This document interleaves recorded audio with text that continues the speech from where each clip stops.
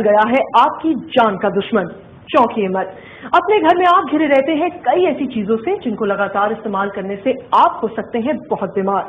मैं हूँ रूप और LIC कहती है अपना ख्याल रखिएगा और कहती है कि आज नजर डालते हैं कुछ ऐसे मेडिकल रिसर्च पेपर्स पर जो दावा करते हैं कि कंप्यूटर, आईपॉड, मोबाइल, माइक्रोवेव जैसे इलेक्ट्रॉनिक सामान को इस्तेमाल करने से हमको हो सकता है रेडिएशन का खतरा।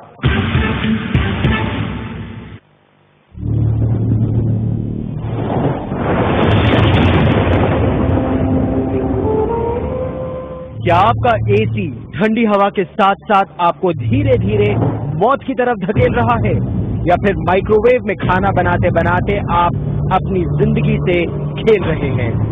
क्या मोबाइल से खेलते आपके बच्चे को उसी मोबाइल से हो सकती हैं जानलेवा बीमारियां? या आपका घर ही बन रहा है आपका दुश्मन? घर में रखी चीजें जैसे कंप्यूटर, इन्वर्टर, माइक्रोवेव ओवन या एयर कंडीशनर डालती हैं आपकी सेहत पर बुरा असर। रोजमर्रा में इस्तेमाल होने वाली इन चीजों से निकलती है खतरनाक रेडिएशन। ये रेडिएशन अगर लंबे समय तक आपके शरीर पर पड़े तो कैंसर जैसी घातक बीमारियों का कारण बन सकती हैं।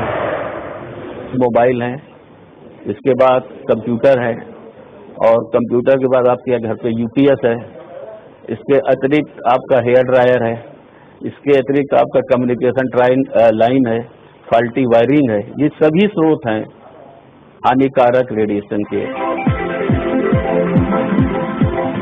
दरअसल घर और ऑफिस में काम करने वाले इलेक्ट्रॉनिक्स के सामानों में कई तरह की रेडिएशन निकलती हैं, जिन्हें नॉन आयोनाइजिंग रेडिएशन कहा जाता है। इन रेडिएशंस में ऊर्जा कम होती है, जिसके चलते इन रेडिएशंस का हमारे शरीर पर कुछ देर तक पड़ना घातक नहीं होता है, लेकिन लंबे समय तक शरीर पर इन रेडिएशन के पड़ने से बुरा असर हो सकता है। कई शोध इन दावों की पुष्टि करते हैं।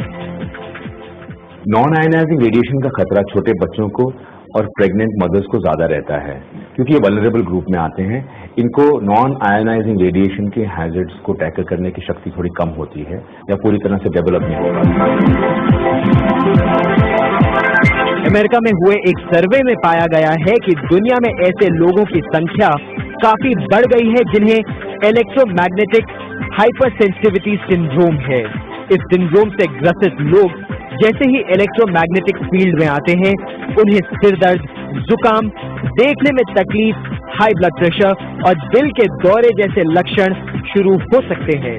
वैज्ञानिक ऐसे रोगियों की संख्या बढ़ने की वजह को चारों ओर फैली नॉन आयोनाइजिंग रेडिएशन को भी मानते हैं। शोधकर्ताओं ने मोबाइल फोन से निकलने वाली रेडिएशन को इनफर्टिलिटी का कारण भी बताया है। देखा गया है कि कई आदमी ऐसे भी हैं जो लाइफस्टाइल फैक्टर्स से इन पे चेंजेस आते हैं, डिक्लाइन होती है फर्टिलिटी पे, कि जैसे कि occupational exposure to high temperature, exposure to radiation, exposure to pesticides, insecticides, sedentary lifestyle, use of laptops, जैसे इंक्रीजिंग यूज ऑफ मोबाइल्स, उससे रेडिएशन एक्सपोजर होता है, certain drugs and chemotherapeutic regiment, even radiation due to treatment modalities can damage fertility status. शोधकर्ताओं के मुताबिक मां के गर्भ में पलते भ्रूण पर रेडिएशन का गहरा असर पड़ता है। युवाओं और वयस्कों के मुकाबले भ्रूण पर रेडिएशन का असर सबसे ज्यादा दिखता है, क्योंकि गर्भ में पलते भ्रूण की विकसित होती कोशिकाएं ज्यादा संवेदनशील होती हैं, जिसकी वजह से जेनेटिक गड़बड़ी होने की आशंका भी ज्यादा होती है। इसके अलावा शरीर की गड़बड़ी को दुरुस्त करने वाला तंत्र भ्रूण में पूरी तरह विकसित नहीं हुआ होता। बीमारियां इस तरह का देखा गया है कि जो लोग बहुत लंबे समय तक सेलफोन का इस्तेमाल करते थे या बहुत लंबे समय तक कंप्यूटर के सामने बैठते थे, तो जब इस तरह का उनके ऊपर कोई प्रभाव देखा गया तो और उन्होंने उस चीज को करना बंद किया या कम किया, तो उनके ऊपर बड़े अच्छे प्रभाव देखे गए।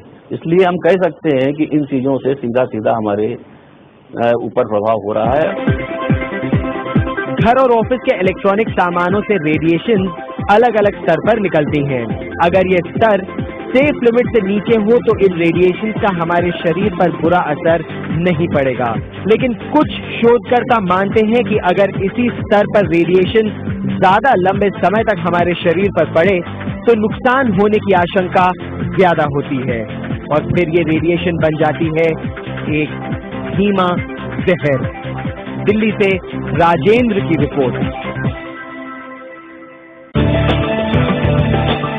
घर या ऑफिस में अगर रेडिएशन का खतरा है तो बचाव के तरीके तो निकालने ही होंगे।